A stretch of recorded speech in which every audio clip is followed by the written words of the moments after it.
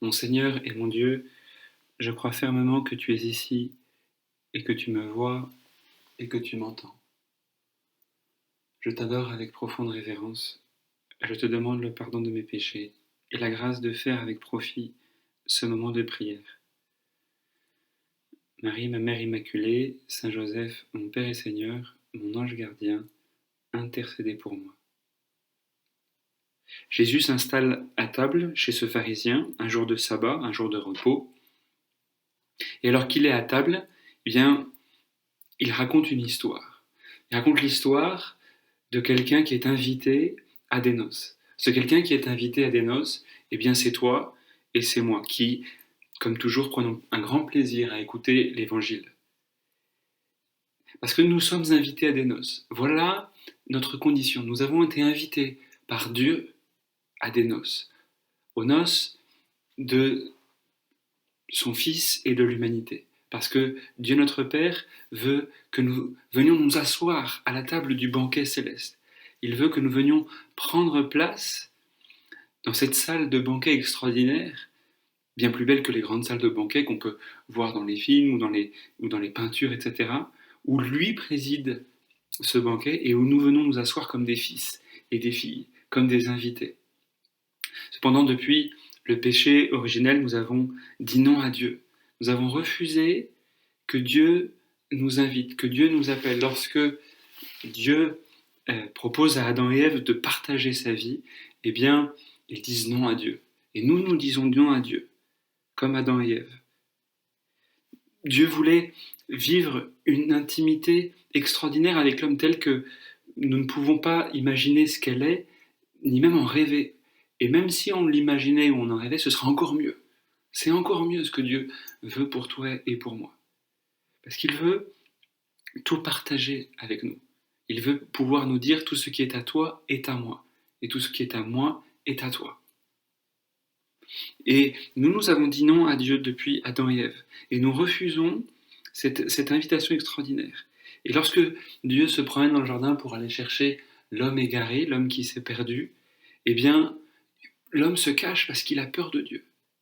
Et ça arrive à nous et à tant de nos contemporains. D'une part, bien, de refuser cet appel de Dieu, et d'autre part, parfois même d'avoir peur de Dieu. Et c'est de cela que Jésus est venu nous guérir. Lui qui était riche, il s'est fait pauvre. Il a pris, lui, la dernière place. Regarde un peu. Lorsque Jésus, avant de mourir, prend son dernier repas avec ses disciples, sachant que Dieu a tout remis entre ses mains, et qu'il retourne vers Dieu son Père, eh bien, il retire son manteau, se ceint d'un linge au niveau de la taille, et se met à servir ses apôtres en leur lavant les pieds. C'est la place du dernier esclave dans la maison. C'était le plus bas des esclaves, le plus pauvre, le moins considéré qui devait faire ce travail-là. Et Jésus, lorsqu'il vient sur terre, c'est la place qu'il prend. Lui qui était de condition divine, il s'est abaissé, prenant la condition d'esclave. Aujourd'hui, on ne sait pas ce que c'est qu'un esclave. On a du mal à comprendre ce que c'est, plutôt parce que, grâce à Dieu, il y en a de moins en moins. Il y en a encore, mais il y en a de moins en moins. Ou en tout cas, c'est moins visible. Mais à l'époque, c'était vraiment ça. Et c'est pourquoi Saint Pierre est choqué, il dit « Pierre, tu ne me laveras pas, Seigneur, tu ne me laveras pas les pieds. » Non, jamais. Voilà ce que Pierre dit. Parce qu'il est choqué devant ce geste d'abaissement. Parce qu'il sait bien que Jésus est Dieu. Et que Jésus s'abaisse devant toi et moi. Nous avons refusé d'obéir à Dieu. Nous avons refusé d'obéir à Dieu. Et pour cela, pour réparer cela, eh bien Dieu va prendre la dernière place. Il s'est fait obéissant jusqu'à la mort et la mort de la croix. Parfois même face à la mort, on peut se scandaliser. Regardons par exemple la mort ces jours-ci dans cette ambiance un peu particulière qu'on vit par rapport au Covid. Eh bien, ça peut traumatiser. Et Monseigneur Aupetit va publier un très beau bouquin justement sur la mort pour nous faire comprendre que nous n'avons pas à avoir peur de la mort. Et nous, parfois, on se scandalise, on ne comprend pas, notre intelligence se révolte contre Dieu. Et ça peut nous faire perdre la foi. Ça peut nous faire perdre la foi.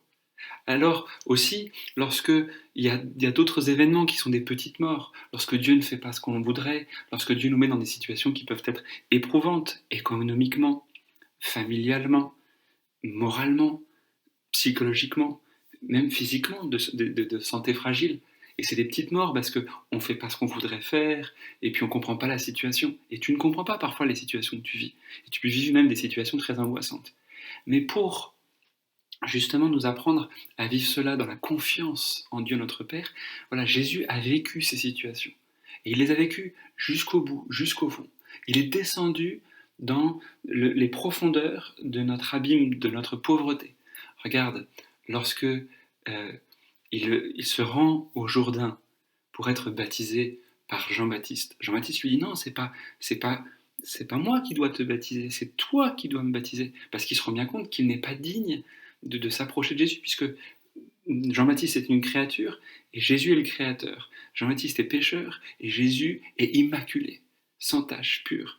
Mais Jésus justement se plonge au milieu de nos situations de péché, au milieu de nos situations de pauvreté, au milieu de nos situations d'angoisse, justement pour descendre là où nous sommes et pour nous relever.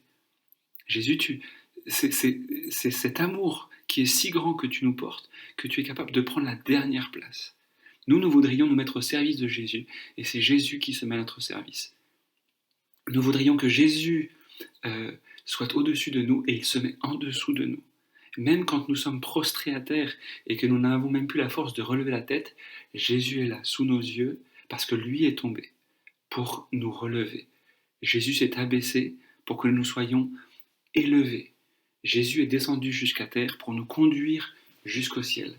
Et ces personnes qui sont mortes lors de l'attentat de Nice de ce jeudi, eh bien, ces personnes-là, je sais, en tout cas la vieille dame ou la dame qui priait dans l'église et ce sacristain, eh bien, ils ont vécu cette mort-là et Jésus était là avec eux. D'autant plus que ils sont morts en haine de la foi. Et Jésus était là avec eux. Et il est là dans ces situations-là. De même qu'il est là dans toutes les personnes qui souffrent du Covid. Et qu'est-ce qu'il fait? Eh bien, il est présent dans ces personnes et il souffre en elles pour pouvoir les conduire jusqu'au Père. Et c'était une grâce à demander au Seigneur de pouvoir se rendre compte de cette richesse extraordinaire de Dieu qui se dépouille de sa richesse, de toute sa grandeur, pour la voiler et s'abaisser et descendre jusqu'à nous pour nous relever, pour nous élever, pour nous conduire jusqu'au ciel, pour nous conduire dans le sein du Père. Tant de fois, nous avons tendance à nous éloigner de notre Père parce que nous ne comprenons pas, parce que nous doutons, ou parce que nous avons l'orgueil, par jalousie, par incompréhension, par désir de posséder, par le mensonge. Mais Jésus toujours revient nous chercher, nous prend sur ses épaules et nous conduit vers le Père. Comme il l'a fait pour cette personne qui s'était fait tabasser par des bandits sur la route entre Jéricho et Jérusalem, il la prend sur sa monture et il l'amène jusque dans l'auberge, qui est un symbole de l'Église, qui est le sein du Père. Il fait comme ce berger qui va chercher la brebis et il la porte sur ses épaules pour la reconduire jusque dans la bergerie. Voilà pourquoi, dans toutes nos situations de souffrance, de peine et aussi de péché, eh bien Jésus nous rejoint et nous donne sa paix. Et il nous donne une paix que, dit-il, même le monde ne pourra pas nous enlever. La paix que je vous donne, c'est pas la manière du monde que je vous la donne. Et c'est ça, la grâce extraordinaire de Jésus et de cette humilité. Regarde, ces jours-ci, dans les églises, on entend beaucoup ce chant « Regardez l'humilité de Dieu qui s'abaisse devant moi, qui se met à genoux devant notre humanité, qui est égarée, qui est perdue, devant toutes nos peines, devant tous nos désespoirs, pour nous relever, pour nous redonner de l'espérance, pour nous dire « Je suis là avec toi, tu n'es pas seul, et ceci n'est pas absurde, ceci est porté dans mon cœur, dans mes blessures, et moi, si tu veux bien, je vais te porter. » nous dit Jésus, me dit Jésus, te dit Jésus. Et donc, l'Église, n'est pas le lieu des gens qui sont meilleurs que les autres, mais ce lieu de personnes qui sont si pauvres et si humbles, et que Jésus prend sur lui, dont Jésus prend soin, guérit et soigne et conduit jusque dans le sein du Père, dont nous avons tellement soif. Et il nous dit, viens vers le Père. Et cette attitude, bah aussi, c'est l'attitude de Marie dans le Magnificat. On entend qu'elle chante, il abaisse les puissants de leur trône et il élève les humbles. Voilà ce que Jésus a fait. Voilà ce que Marie a vécu. Et voilà ce que toi et moi, nous pouvons vivre aujourd'hui, alors que peut-être nous avons des situations qui sont préoccupante, et bien de dire souvent Jésus, Marie, même à voix basse, parce que c'est cela qui va nous relever et qui va permettre à Dieu notre Père de nous rejoindre et de nous donner sa paix. Une paix que rien ni personne ne pourra jamais t'enlever, parce que c'est la paix de Dieu, qui garde nos cœurs et nos pensées dans le Christ, qui garde nos cœurs et nos pensées plongés en Jésus, qui est notre paix. Je te remercie, mon Dieu, des bonnes résolutions, des actes d'amour et des inspirations que tu m'as communiquées dans cette méditation. Je te demande la grâce de m'aider à les mettre en pratique. Marie, ma Mère Immaculée, Saint Joseph, mon Père et Seigneur, mon ange gardien, intercédez pour moi.